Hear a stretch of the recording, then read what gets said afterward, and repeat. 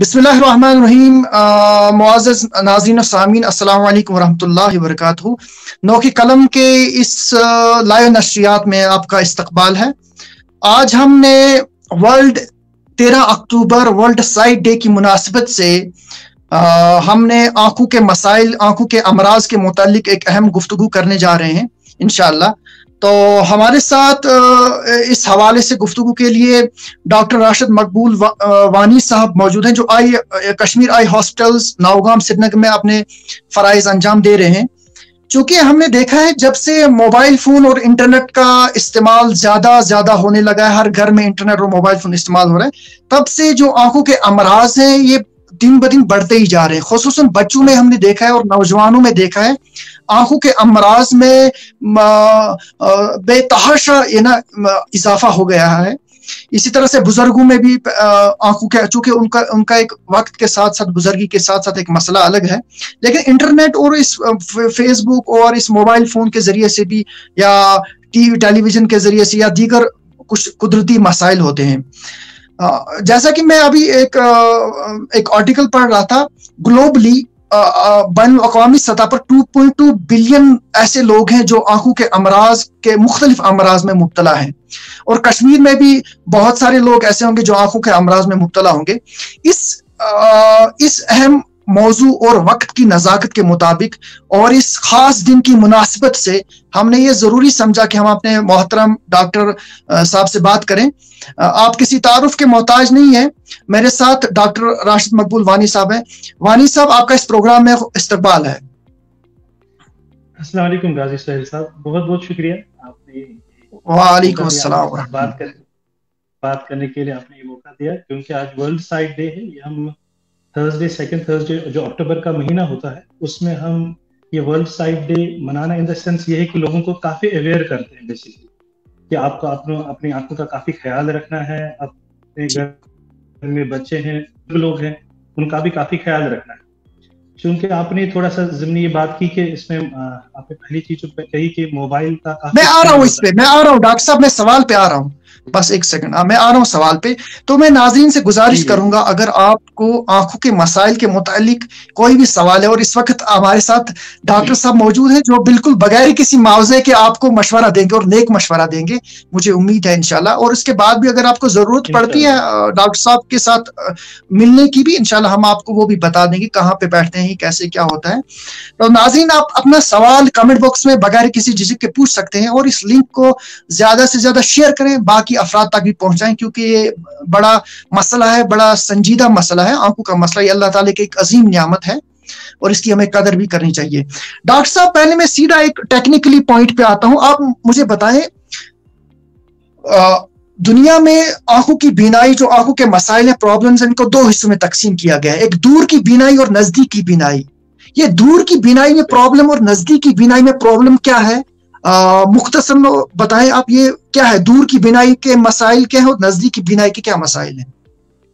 असल में ये पूरे जो चीजें हैं, रिफ्रैक्टिव एरर्स एक वर्ड हम यूज करते हैं, जिसमें चाहे दूर की बीनाई का मसला हो या नजदीक की बीनाई का, तो इसमें दोनों चीजें आती। आपने काफी तौर पर देखा होगा, कभी बच्चों में चश्मा लगाया हुआ, जैसे आपका भी काजी साहब चश्मा लगाया हुआ है, तो आपको भी ये चीज अंदाजा होगा कि कभी कभी क्या होता है कि डिफरेंट जो तरीके, डिफरेंट जो टाइप से रिफ्रैक्टिव एरर्स के, तो उनके हिसाब से वो दूर के लिए जो है हमें एक चश्मा लगाना पड़ता है, जिसको मायोपिया बोलते हैं। नजदीक का जिनका जो मसला होता है, less than 40 years of age, उनको हाइपरोप्स बोलते हैं। लेकिन इसमें बहरहाल और एक चीज एडिशनल भी है, वो ये है कि जब अलहमद 40 ईयर्स एज जब क्रॉस होती है, तो हर ये यूनिवर्सल फिनोमिनन है कि नजदीक का जो देखना होगा वो थोड़ा कम हो जाता है।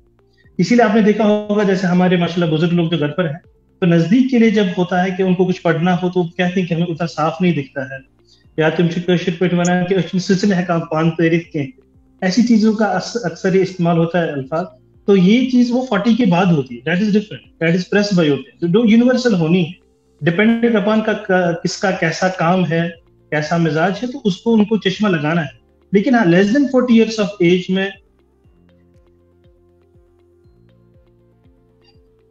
ओके, आप कंटिन्यू करें जी। Less than 40 years of age के लिए हमें डेफिनेटली जो हमें देखना है कि बच्चे में मायोपिया है, रिफ्रैक्टिव एरर कौन सा है, हाइपरोपिया है, और एक चीज भी एस्टिग्मैटिज्म जिसे बोलते हैं, ये सारी चीजें हो सकती है डिफरेंट किस्म के रिफ्रैक्टिव एरर्स, जिनके लिए हमें एग्जामिनेशन करना बहुत जरूरी है।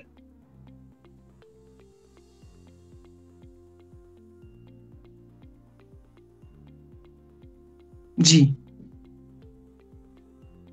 जी, आपने जवाब अपना कंप्लीट किया? जी जी हजरत जी। Okay okay. अच्छा, मैं चाह रहा था, चूंकि मैं आज एज एंकर अपने आप को बड़ा फिट महसूस कर रहा हूं आपसे बात करने के लिए, चूंकि जिस मसले पे हम बात करने जा रहे हैं वो उस मसले से मैं भी जूझ रहा हूं, इसलिए मैं बड़ा, मुझे लगता है मैं इन मसाइल पे खुल के सवाल कर सकता हूं। अच्छा, मुझे बताएं, क्या हम फोन पे किसी कोई अगर फोन करना चाहता है, अपना सवाल फोन के जरिए रखना चाहता है, क्या हम उसे ले सकते हैं? हाँ, आराम से, बिल्कुल। आप कोई भी सवाल अगर फोन पे लेना चाहते हैं तो आराम से ले सकते हैं, मैं जवाब देने के लिए बिल्कुल तैयार हूँ। जी जी जी, कनेक्शन वीक आ रहा है।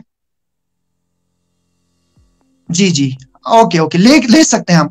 चलिए नाजरीन, हम कमेंट बॉक्स में अपना नंबर डाल देते हैं। आप 79906664012 या 700519906664012 पे आप कॉल करें, हम कमेंट बॉक्स में डाल देते हैं। अगर आप डायरेक्टली डॉक्टर साहब से सवाल पूछना चाहते हैं तो आप हमें पूछ सकते हैं। ओके डॉक्टर साहब, आपने दूर और नजदीक का जो आई साइट का मसला है, इस पे आपने रोशनी डाली। मुझे बताएं एक एक करके मुख्तसर और जामिया अंदाज में, ये मोतियाबंद, cataract, glaucoma, macular degeneration, diabetic retinopathy, unaddressed presbyopia, ये दो चार जो हैं ये बड़ी आम बीमारियां हैं। मुझे कहने में शायद कुछ, चूंकि मेडिकल टर्म्स हैं, मुझे कहने में उधर इधर मैं माजरत खा हूं, लेकिन आप एक एक करके इन्हें आप बताएं मुख्तसर और जामिया अंदाज में, ये क्या बीमारियां हैं जो आम और अहम भी हैं, अहम डिस्कस करना है इनको। इसमें आप दो हिस्सों में तकसीम कर सकते हैं। एक वो बीमारी आंखों की जो सिर्फ आंखों के रिलेटेड है, लेकिन कुछ ऐसी आंखों की बीमारियां जो सिस्टमिक, यानी किसी बॉडी में किसी और अगर और कोई परेशानी है और कोई तकलीफ है उसकी वजह से आंखों में परेशानी है।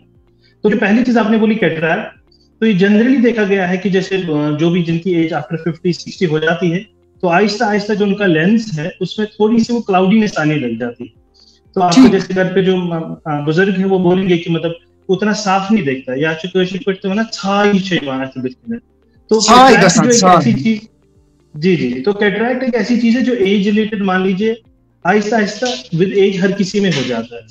तो अल्हम्दुलिल्लाह ये चीज बहुत रेवोल्यूशनाइज हुई है इसकी सर्जरी। तो माशाल्लाह ये आज माशाल्लाह 10-15 मिनट में एक सर्जरी होती है, इंसान को इंशाल्लाह अच्छा दिखता है।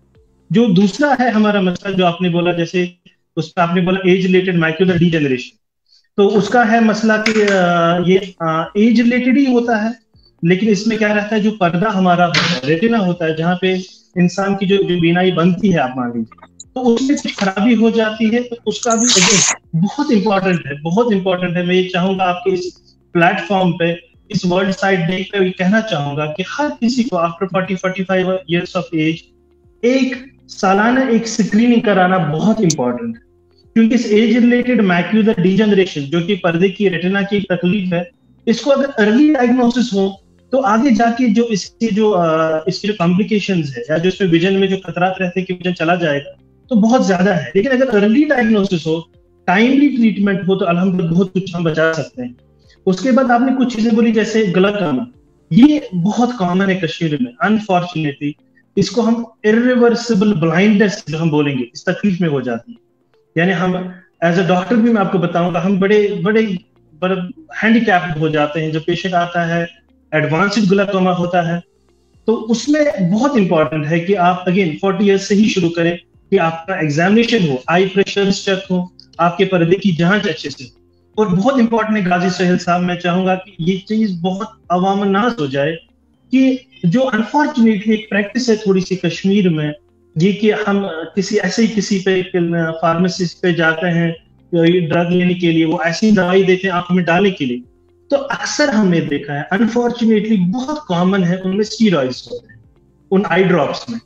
One of the common reasons for having glaucoma in Kashmir is बहुत ज्यादा इस्तेमाल इन स्टीरॉइड्स का होता है, जो ऑलरेडी काफी टाइम से कोई भी इंसान यूज करता रहता है, क्योंकि उनको थोड़ी सी फर्क होती है। It's a two edged sword, these steroids, उनको फर्क महसूस होती है, वो और डालते हैं। अल्लाह रहम करे, जब glaucoma sets in, that becomes very difficult to prevent the vision loss. और उसके बाद जो दूसरा कैटेगरी है, जैसे आपने कहा डायबिटिक रेटिनोपैथी, अगेन अनफॉर्चुनेटली बहुत कॉमन, हमारे एवरीडे पेशेंट्स हम कार प्लेस है कश्मीर हॉस्पिटल्स, जिनको डायबिटीज की वजह से पर्दे में बहुत सारी तकलीफ होती है, हेमरेजेस हुई होती है, सूजन हुई होती है, तो उनको भी काफी डिफिकल्ट है लेजर्स करना, इंजेक्शंस करना, विट्रेक्टमीज करना, ये सारी चीजें अल्हम्दुलिल्लाह यहाँ पे होती है। लेकिन हम चाहेंगे कि आपके इस प्लेटफॉर्म्स के जरिए भी हम चाहेंगे कि लोगों को पता चले, जिनका भी डायबिटीज हो तो मेहरबानी करें, मैं रिक्वेस्ट कर रहा हूँ, जिनके भी जो हमें देख रहे हैं अभी यहाँ पे, तो जिनको डायबिटीज है please get your self screen, आपकी एग्जामिनेशन किसी ऑफ्थेल्मोलॉजिस्ट से कराएं, ताकि वो देखें आपके पर्दे ठीक है कि नहीं। तो ये बहुत सारी इंपॉर्टेंट चीजें, या ब्लड प्रेशर की वजह से भी कोई तकलीफ आंखों में होती है, again controlling blood pressure and diabetes बहुत इंपॉर्टेंट है, ताकि आंखें हमारी ठीक रहे।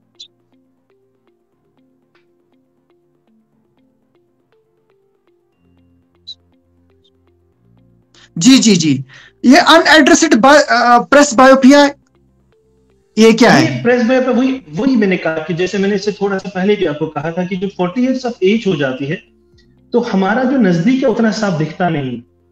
अनफॉर्चुनेटली बहुत सारे लोग ऐसे होते हैं, उनको लगता है शायद कुछ ऐसी चीज है कि मतलब इसका इलाज शायद ना हो, या वो डरते हैं कि नहीं कुछ प्रॉब्लम तो नहीं है, इस टाइम जाएंगे तो डॉक्टर साहब कुछ और बताएंगे।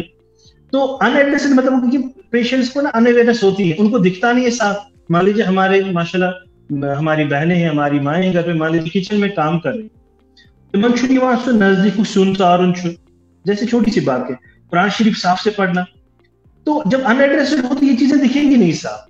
जब आप देखेंगे डॉक्टर के पास जाएंगे, वो आपको कोई नंबर देंगे नजदीक के लिए, तो आप लगा के सब कुछ साफ दिखे। तो इट्स नॉट लाइक दैट कि मतलब इसका इलाज नहीं है। एक मामूली सा चश्मा लगाने से आपका जो नजदीक का मामला है 40 इयर्स के बाद जो ये मसला हो जाता है, वो माशाल्लाह इजीली ठीक हो सकता है, जस्ट मामूली सा कुछ चश्मा लगाना है।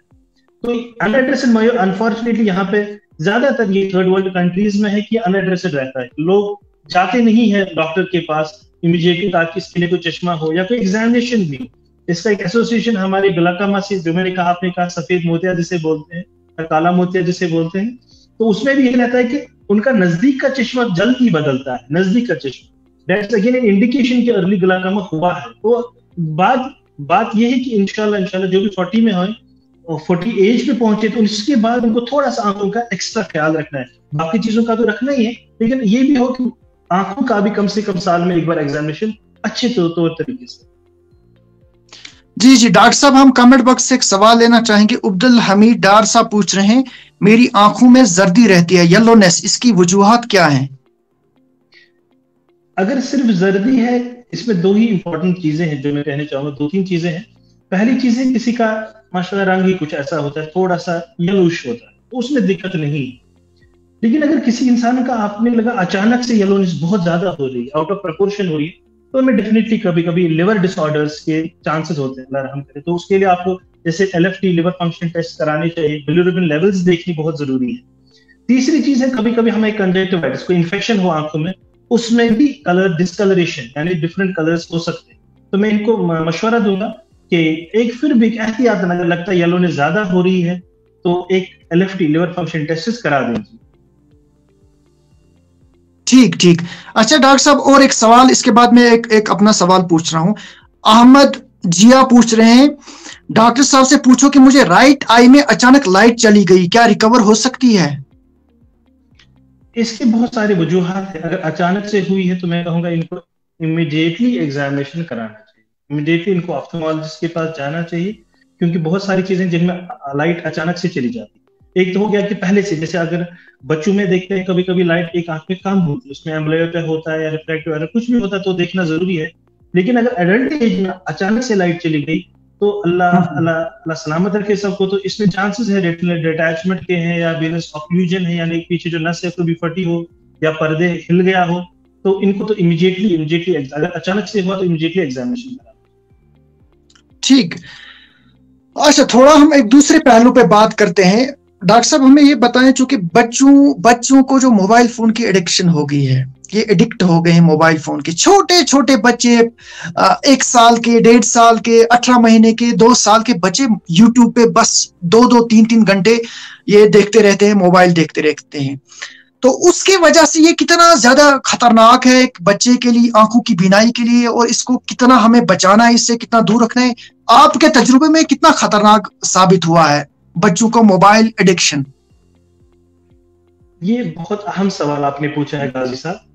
इसमें आप अगर आप देखेंगे, आई would say that there is not a system in the development of the kid जो इन्वॉल्व नहीं होता। आप शुरू करें उनकी बिहेवियर प्रॉब्लम से, उनका बच्चों का बिहेवियर आप देखेंगे एकदम ऐसा हो जाता है कि अगर जो ही आप उनसे मोबाइल खींच लेंगे, आप ले लेंगे उनसे, जबरदस्ती लेंगे, तो you will find them very irritable, highly irritable.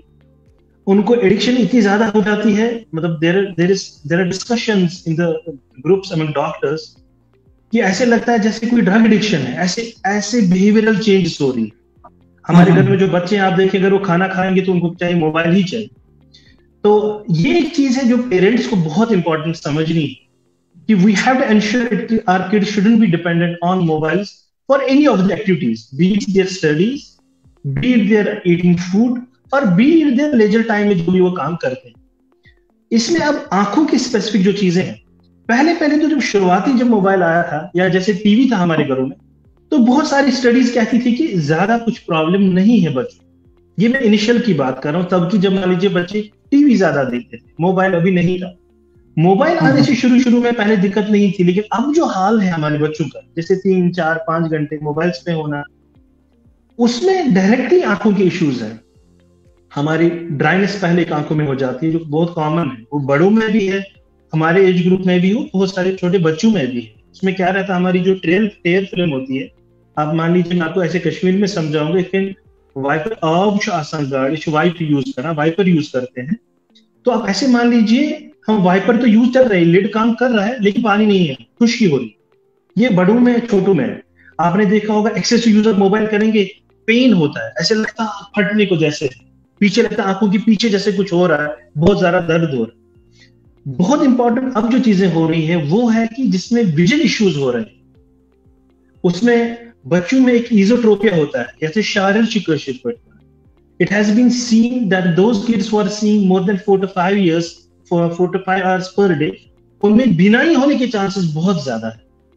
Visual ऑब्स्क्रेशन every day बहुत ज्यादा बढ़ रही है बच्चों में, और आप यकीन करें एवरी डे उसी 3, 4, 5, 6 पेशेंट्स बच्चे जिनमें इश्यूज है, और कॉमन कंप्लेंट है पेरेंट्स की कि they are seeing mobile non stop. In fact मैं आपको बड़ों के लिए मैं एक बात कहना चाहूंगा कि 2 केसेस यूके में ऐसे हो गए हैं कि अचानक से एक आंख की बीनाई कंप्लीटली चली गई। बहुत सारे स्कैन्स किए गए ये कंफर्म करने के लिए कि आखिर रोशनी क्यों चली गई।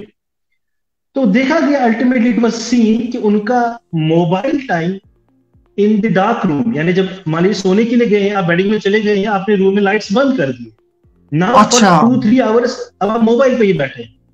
तो ultimately they reach to the conclusion ये हुआ कि उन्होंने नाम भी रखा है इसको, transient smartphone blindness. This is the word used in PubMed indexed journals, transient smartphone blindness. ये देखा गया कि ultimately it has an issue और रेटिना और every organ of the eye inside, every element, कि उनकी आंखों में बीनाई चली गई थी, वो आहिस्ता आहिस्ता वापस आई। तो पॉइंट इज कि बिल्कुल मैं आपको पूरे आपके इस प्लेटफॉर्म पे मैं चाहूंगा, मैं पेरेंट्स को बोलूं कि आप अगर ये मोबाइल कम करेंगे, इन शुरुआत में पहले 1 हफ्ता 10 दिन आपका बच्चा बहुत टैंट्रम्स करेगा, मैं खाऊंगा नहीं कुछ, मैं ये नहीं करूंगा, मैं काम नहीं करूंगा, but I am telling you eventually after a week or so you will find them somehow actually getting to those normal levels। आप समझ रहे मेरी बात? तो ये बहुत इंपॉर्टेंट है क्योंकि there are direct issues with their behavior and with the eyes as well।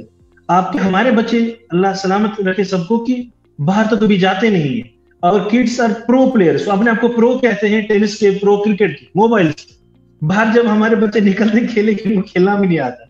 So my point is for their physical development, for their mental development, for their eyesight, and in general I'm saying for their growth, it is very important our parents have to take this lead, so as our kids should be avoided watching mobiles non-stop। ठीक। निखात अली तमन्ना ने एक सवाल पूछा, what are the common eye problems in children that need to be taken care of. मुझे लगता है इस जवाब में इन्होंने जवाब समझ लिया होगा, क्या और कुछ इसमें ऐड करने की जरूरत है?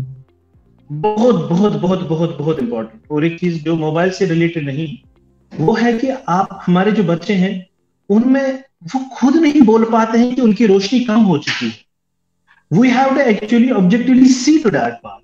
बच्चे आते हैं हमारे पास जिनको पेरेंट्स को भी नहीं पता होता है कि उनकी बीनाई कम है, तो बच्चों में बहुत कॉमन, इसीलिए आपने देखा होगा कुछ सालों से मैं देख रहा हूँ from last 5 to 10 years, decade और सो, थोड़ा सा स्कूल्स में भी बहुत अच्छा हुआ है कि they have started taking the screening कराते हैं बच्चों। उनका विजन टेस्टिंग, बेसिक सा विजन टेस्टिंग होती है, ये देखने के लिए कि विजन बच्चों में ठीक है कि। एंड फॉर्चुनेटली अनफॉर्चुनेटली मैं कहूंगा it's a very good step, and the school should take this initiative where they do the screening of our kids. बच्चों को दिखाना बहुत जरूरी है, क्योंकि मैं फिर कह रहा हूँ बच्चे खुद नहीं कह पाएंगे कि उनकी बिनाई, उनकी विजन जो है वो कम है, तो बहुत इंपॉर्टेंट है उनको एक बार एग्जामिनेशन कराना ही चाहिए। और पर्टिकुलरली जब पेरेंट्स में कोई इशू है फिर बच्चों को दिखाना बहुत ही जरूरी है। अल्लाह सलामत रखे, उनमें कोई इशू तो नहीं है। ठीक ठीक नाज़रीन, मैं आपसे कहना चाहूंगा और एक बार, अगर किसी को कॉल पे सवाल पूछने की जरूरत है वजाहत के साथ, तो कमेंट बॉक्स में हमें नंबर दिया 96896825908887, आप इस पे डायरेक्ट कॉल कीजिए, हम डॉक्टर साहब से आपका रास्त सवाल पूछ लेंगे इनसे। अच्छा डॉक्टर साहब, ये बताएं, चूंकि बच्चों का जो अहम सवाल था इस पे बात होगी, हमें बताइए, चूंकि इंटरनेट बच्चे भी इस्तेमाल करते हैं, स्टूडेंट्स जो तलबा हैं वो भी इस्तेमाल करते हैं, और बड़े नौजवान भी है, जो काम, आधे लोग जो इंटरनेट पे ही होते हैं, आधों का रोजगार इंटरनेट के साथ जुड़ा है, बहुत सारे ऐसे जिनका रोजगार कंप्यूटर के साथ जुड़ा है, मोबाइल के साथ जुड़ा है। आजकल तो मोबाइल पे एक अच्छा खासा इंसान पैसा कमाता है, रोजगार भी, एक मोबाइल, एक स्मार्टफोन रखा और रोजगार कमा लेता है, ऑनलाइन बिजनेस है। तो ऐसे में एक बंदा क्या करे अपनी आंखों को बचाने के लिए? क्या एंटी रिफ्लेक्शन ग्लासेस लगाने चाहिए, या और कुछ करना है, या मेडिकेशन करनी है, या और कुछ, इसके लिए क्या करना चाहिए ताकि आंखें मुतासर ना हो? क्योंकि मजबूरन इंसान को इंटरनेट के जरिए से रोजगार कमाना पड़ता है, मोबाइल फोन जरूरी है, ऐसे तो कंप्यूटर पे बैठना जरूरी है, तो इस पे कैसे बचाए इंसान अपने आप को?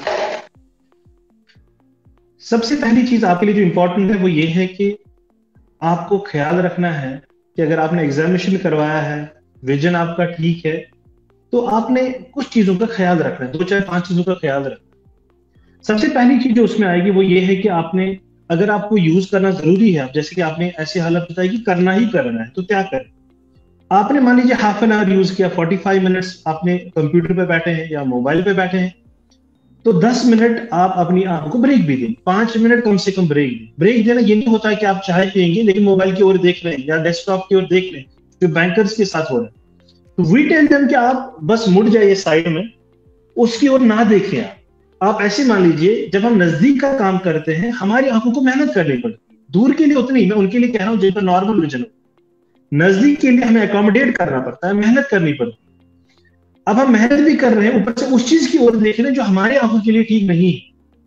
तो आप मान लीजिए ऐसा कोई इंसान जो दिन भर दौड़ रहा, नॉन स्टॉप भाग रहा हो, उसके पैरों में, टांगों में दर्द होना बहुत ही लाजमन है कि हो जाए। ऐसे आप आंखों की ओर मान लीजिए कि आपको जब नजदीक का काम बहुत ज्यादा जरूरी करना है, बीच में ब्रेक देना बहुत इंपॉर्टेंट, नंबर 1। नंबर 2 जो इंपॉर्टेंट चीज है उनको ये करना है कि बीच में लुब्रिकेट कर, जैसे कि मैंने इससे पहले भी बोला, ड्राइनेस बहुत कॉमन है जब आप यूज करते हैं सिस्टम्स एंड ऑल, तो आंखों में 1 ड्रॉप डालना, लुब्रिकेंट कोई ज्यादा मसला नहीं है। आपको साइंटिफिकली 2 या 3 मिनट आंख बंद रखनी है दवाई डालने, ताकि इसकी एब्जॉर्प्शन प्रॉपरली हो, स्प्रेड अच्छे से। नंबर 2। नंबर 3, माशाल्लाह हम यहाँ पे माशाल्लाह मुसलमान ही हैं सब, नमाज तो हम पढ़ते ही हैं, जब वुजू बनाते हैं तो आंखें अच्छे से धोगी, जब बहुत अच्छी बात है, अगेन लुब्रिकेट हो जाएगी आंखें। नंबर 4 जो बहुत इंपॉर्टेंट चीज है वो ये है कि अगर आपको लग रहा नहीं फिर भी उतना आराम नहीं हो, तो मैं रिकमेंड करूंगा आप जो ग्लासेस बनाएं, क्योंकि आपका जो माशाल्लाह मान लीजिए ग्लास लगाने की जरूरत ऐसे तो नहीं है, विजन आपका ठीक है, आपकी बीनाई ठीक है, लेकिन एक प्लेन नंबर लगा लीजिए जिसमें आप एक ब्लू ब्लॉक रख सकते। एंटी रिफ्लेक्टिव कोटिंग थोड़ा सा आपको डिलनेस करा देता है, लेकिन ब्लू ब्लॉक ऐसा है कि जो थोड़ी सी ब्लू वेवलेंथ लाइट जो निकलती है सिस्टम से, स्क्रीन से, थोड़ी सी लिमिट कर देता है।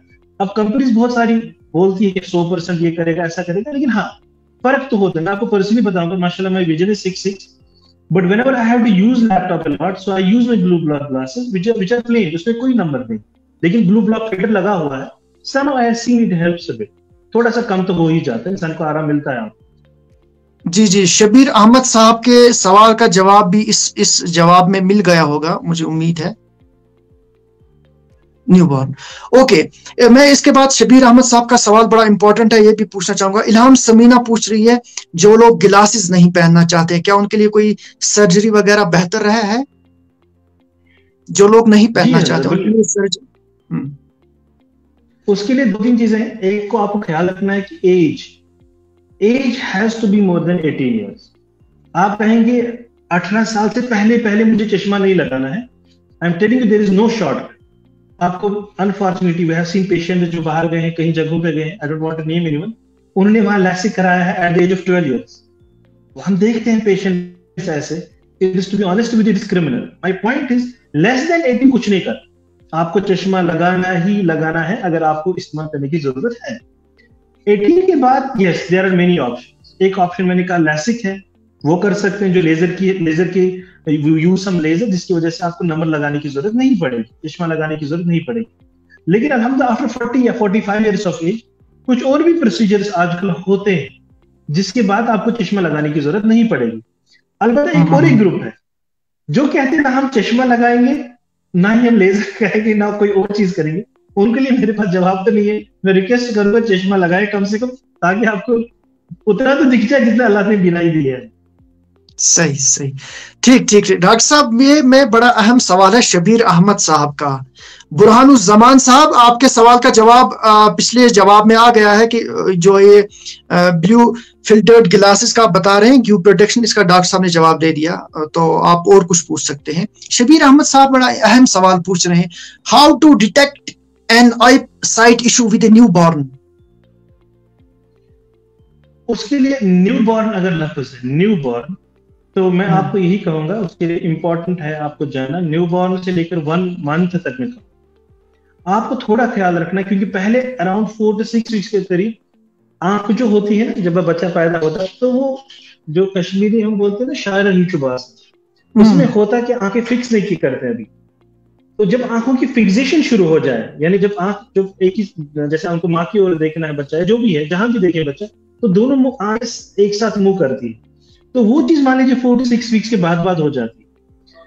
लेकिन लेकिन लेकिन एक बहुत इंपॉर्टेंट चीज इसमें ये है, अगर आपको कहीं भी महसूस होता है कि कुछ व्हाइटनेस है, जो हमारा सेंट्रल एरिया होता है, जो ब्लैक हमको दिखता है, जिसको प्यूपिल बोलते हैं, जिसके पीछे लेंस होता है, बिल्कुल, अगर किसी को गलती से भी, अल्लाह सलामत रखे हमारे बच्चों को, व्हाइटनेस दिखे, तो आपको 1 सेकंड भी घर में वेट ना करना है, तो आपको इमीडिएटली हॉस्पिटल पहुंचना है, ऑप्थेल्मोलॉजिस्ट को दिखाना है। वो सबसे अच्छी चीज वही है इनके लिए।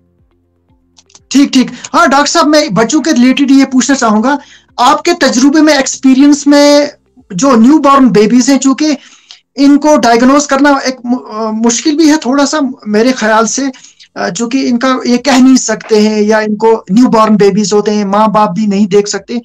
क्या आपके तजुर्बे में क्या प्रॉब्लम्स ज्यादा न्यू बॉर्न बेबीज में आंखों के रिलेटेड होती हैं, जिनका ख्याल रखना चाहिए? जो भी पेरेंट्स हमें देख रहे हैं, जिनके न्यू बॉर्न बेबीज हैं, उनको किस चीज का ख्याल रखना चाहिए ताकि बच्चा किसी जहनी, किसी आंखों के मर्ज में मुब्तला ना हो जाए? सबसे देखिए, बिल्कुल जब बच्चा हो तो आपको डेवलपमेंटल इश्यूज ही देखते हैं। वो तो आपको जैसे डिलीवरी हुई है, आपका पीडियाट्रिशियन आज माशाल्लाह एक मामूल बन गया है कि पीडियाट्रिशियन तो देखता ही देखता है। He gives a generalized look, ऊपर से नीचे तक बच्चा ठीक है, हाथ ठीक है, आंखें ठीक है, जनरलाइज्ड लुक। लेकिन डेवलपमेंट इश्यूज अगर है तो डेफिनेटली पीडियाट्रिशियन आपको इमीडिएटली बोलेगा कि आपको जाना है कहाँ पे, आपको जाना है आई स्पेशलिस्ट के पास दिखाने के।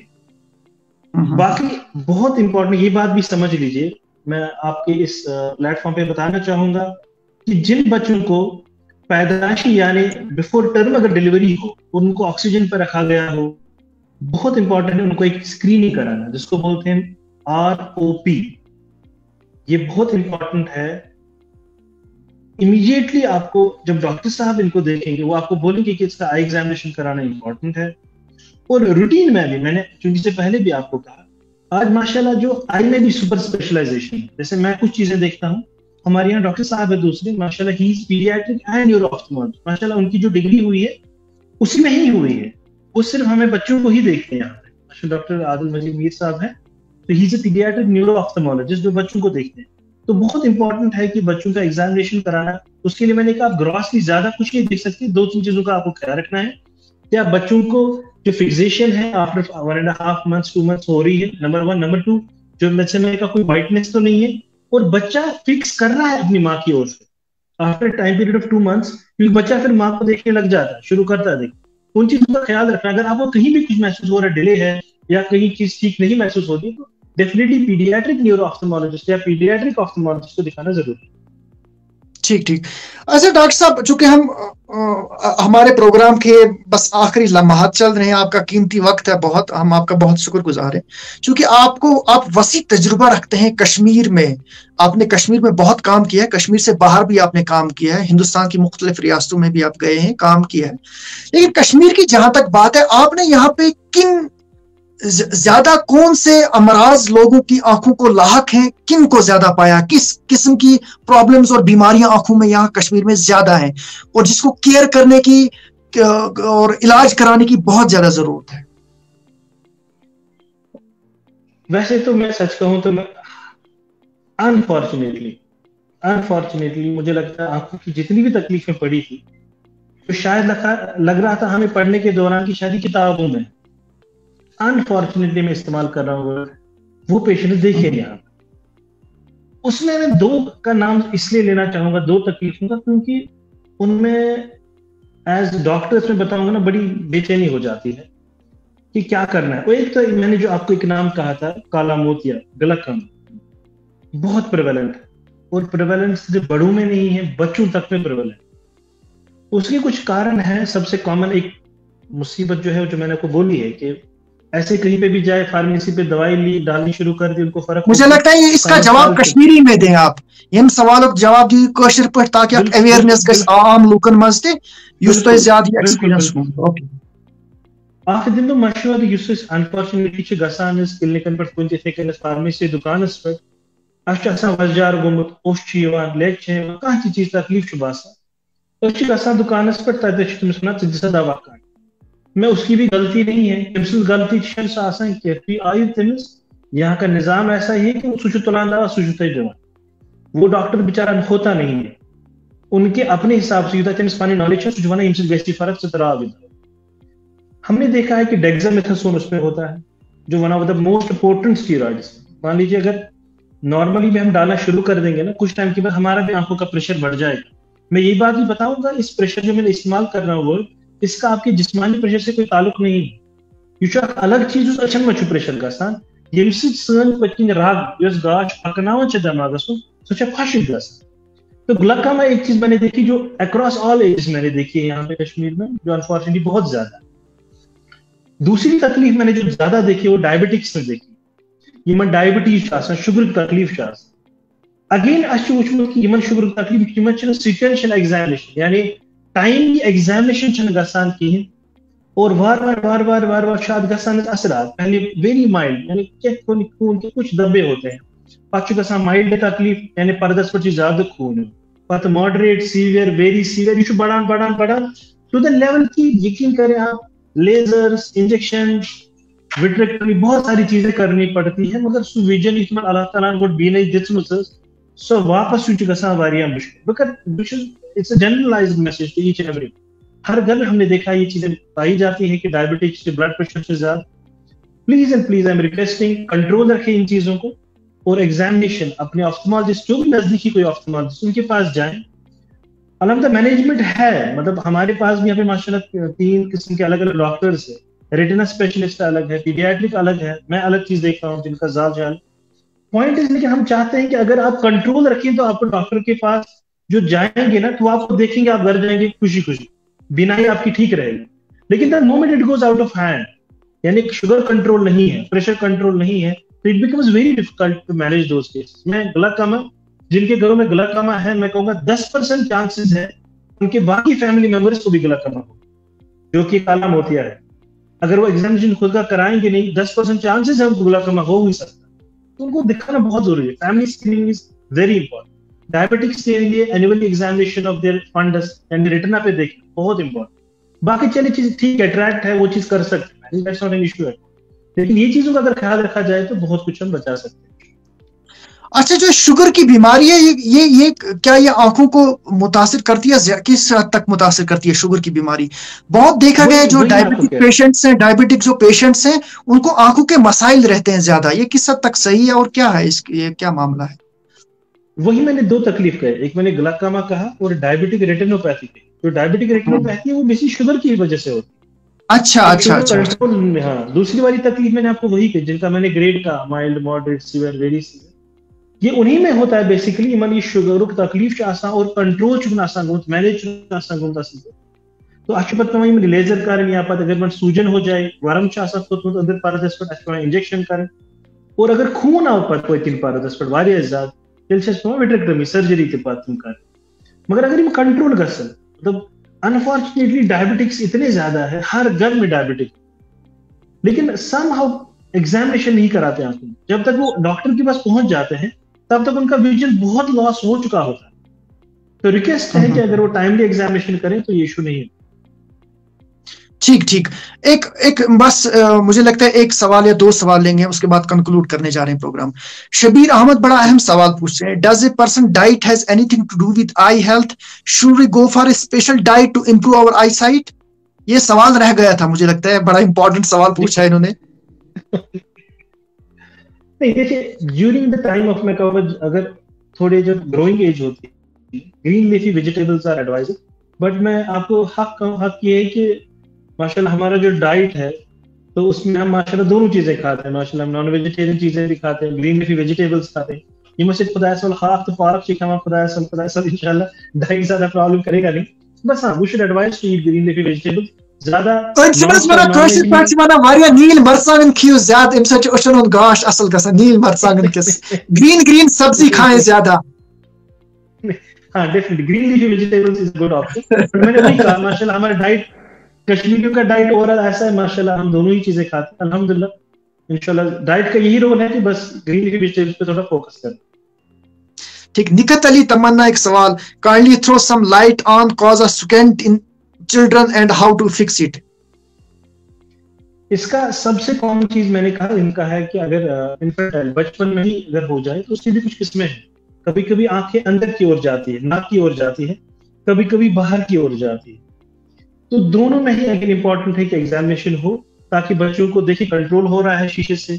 अगर शीशे से कंट्रोल नहीं हो रहा तो फिर हमें कुछ और करना है। लेकिन इंपॉर्टेंट चीज ये है, ये बात समझ लीजिए प्लीज, कि जिनको ये शायरन जिनको ये इज़ोट्रोपिया या एक्सोट्रोपिया या स्क्विंट है, उनमें सिर्फ शायरन का मसला नहीं रहा।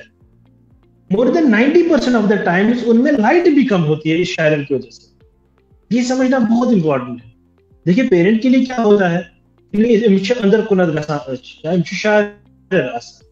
लेकिन बहुत इंपॉर्टेंट है ये भी समझना किसकी वजह से लाइट भी कम होती है। इनफैक्ट डॉक्टर के लिए चैलेंज ये होता है कि शायर करने से या स्किन ठीक करने से पहले उसका विजन ठीक करना।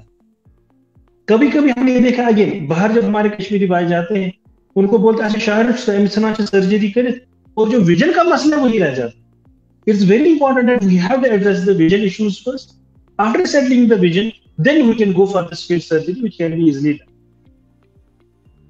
बड़ा इंपॉर्टेंट है ये जो आपने बताया कि बाहर जाके ऐसे ही हम जाते हैं बाहर और वहां पे विजन वही रखते हैं और आंखों की ऐसे सर्जरी करते हैं तो सो शायर वायर से चल रहा मगर विजन से अची रोजा। ये बड़ा अहम है। फिर हम देखते हैं कि बहुत सारे मसाइल से हमें जूझना पड़ता है।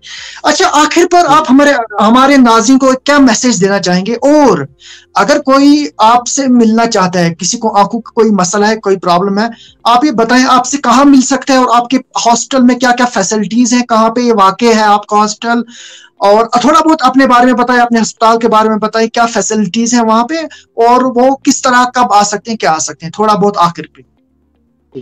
पहली बात आपने मैसेज की, मेरा मैसेज ये रहेगा कि आंखों का डायरेक्ट इंपैक्ट है क्वालिटी ऑफ लाइफ पे।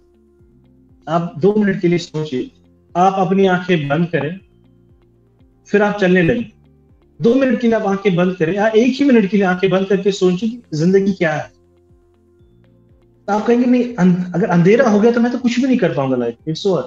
क्वेश्चन पूछना वना क्वेश्चन गाश तो क्वेश्चन होश, वो तो सोच समझ के ही बोलते थे, वो तो बड़ा सोच समझ के ही बोलते थे। तो my point is that it has a direct impact on the quality of the life. It is very important to get your eye screen and exam so as that अगर कुछ भी रहा तो आज माशाल्लाह ट्रीटमेंट काफी एडवांसमेंट्स हुई। तो that is my point first.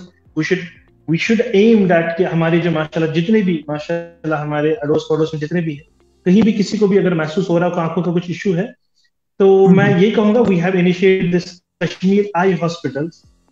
हमने इसके पीछे मिशन यही था कि हम अपने कश्मीरियों के पास पहुंचे विद एब्सोल्यूट प्रोफेशनलिज्म और कंपैशन। हम कश्मीरी, इस नाम में हमने कश्मीर आई हॉस्पिटल्स ही रखा है। तो अभी हम we have a panel of around 5 doctors. तो उसमें से अभी जो हम 3 डॉक्टर्स हैं, वो एक तो मैं हूँ आईसी पर फेको, जो जिनको भी जैसे अफजाल कह रहे थे, या रिफ्रैक्टिव जिनके चश्मे लैसिक वैसिक यूज करना है। ऑक्यूलोप्लास्टी एक चीज है, देखा होगा मेरे आंसू आते हैं किसी को बहुत ज्यादा, तो उसकी कुछ सर्जरी करनी पड़ती है, या टूर आसान पेशेंट बोलते, उसका सर्जन मैं हूँ, स्पेशलिस्ट हूँ। हमारे डॉक्टर आदिल साहब है, वो हमारी पीडियाट्रिक, जिसके लिए बहुत सारे क्वेश्चंस हुए आज, पीडियाट्रिक एंड न्यूरो ऑप्थेमोलॉजी। तो माशाल्लाह माशाल्लाह बहुत काबिल है, फेलोशिप की है हमने इसमें, तो वो भी यहाँ पे बैठते हैं। और उसके बाद डॉक्टर इशफाक साहब है। डॉक्टर इशफाक माशाल्लाह ही मैं कहूँ तो माशाल्लाह बहुत ही अच्छे सर्जन है रेटिना के, पर्दे के। क्योंकि मैंने कहा कि ये जो कुछ इश्यूज मैंने आपको कहा था, पर्दे का जो इशू होता है, तो उसमें डायबिटिक्स में तो उसमें बहुत सारी चीजें करनी पड़ सकती हैं। तो he is a highly experienced and a very refined retina surgeon. उसके बाद हमारे और एक डॉक्टर साहब है, जो ग्लाकामा, मैंने कहा आपको, जो ये काला मोतिया होता है, उसकी फेलोशिप के लिए वो भी गए हैं। Might be joining in the month of इंशाल्लाह जनवरी। तो और एक डॉक्टर साहब भी है, is a comprehensive ophthalmologist. So we are the team of 5 doctors. तो आप कश्मीर हॉस्पिटल विजिट कर सकते हैं, ये नावगाम बाईपास पे है। और हमारी और एक ब्रांच शुरू हो रही है नेक्स्ट वीक इंशाल्लाह, वो अनंतनाग में शुरू हो रही है, and nearby to the medical college there, जो वहाँ पे है। तो मैं चाहूंगा कि मतलब आप यहाँ कम ही आए, इस सेंस में कि आपको तकलीफ ना हो, मेरी भी यही दुआ रहेगी। तो लेकिन इंशाल्लाह कुछ भी रहा, आपका कोई भी मसला हो, तो आप हमारे पास आ सकते हैं इंशाल्लाह। तो with full professionalism and compassion and dedication we will be there to serve you इंशाल्लाह। डॉक्टर साहब, ये शबीर अहमद साहब पूछ रहे हैं, प्लीज टेल डॉक्टर साहब that whether they accept golden card in Kashmir hospital और नॉट। यार काफी कॉमन क्वेश्चन है जी। हाँ, गोल्डन कार्ड एक्सेप्ट। ठीक। अच्छा, गोल्डन कार्ड की फैसिलिटीज भी वहां पे हैं, आप एक्सेप्ट करते हैं गोल्डन कार्ड भी? ठीक है, माशाल्लाह, जज़ाकल्लाह। चलिए नाजरीन, मैं बहुत सारे चंद दोस्तों के सवाल में नहीं ले पाया वक्त की तंगदामनी के सबब। इंशाल्लाह आपसे वादा है डॉक्टर राशिद मकबूल साहब से, इंशाल्लाह हम एक और प्रोग्राम लेंगे इंशाल्लाह। फुर्सत से थोड़ा बहुत हम टाइम निकाल के इनसे बात करेंगे, क्योंकि बड़ा अहम मौजू भी है और हमारी ये अजीम नियामत है, आंखों की नियामत अजीम नियामत है। हमारी नियामत के मुतालिक ये है। तो इंशाल्लाह हम इसके बाद इसे हम यूट्यूब पे भी इंशाल्लाह अपलोड करके यूट्यूब पे भी इसे चलाएंगे इंशाल्लाह, इस प्रोग्राम को। आप हमें प्यार देते रहे। डॉक्टर साहब, आपका इतना बिजी शेड्यूल होने के बावजूद वक्त देने के लिए आपका बहुत बहुत शुक्रिया। आपका भी बहुत बहुत शुक्रिया। अस्सलाम वालेकुम।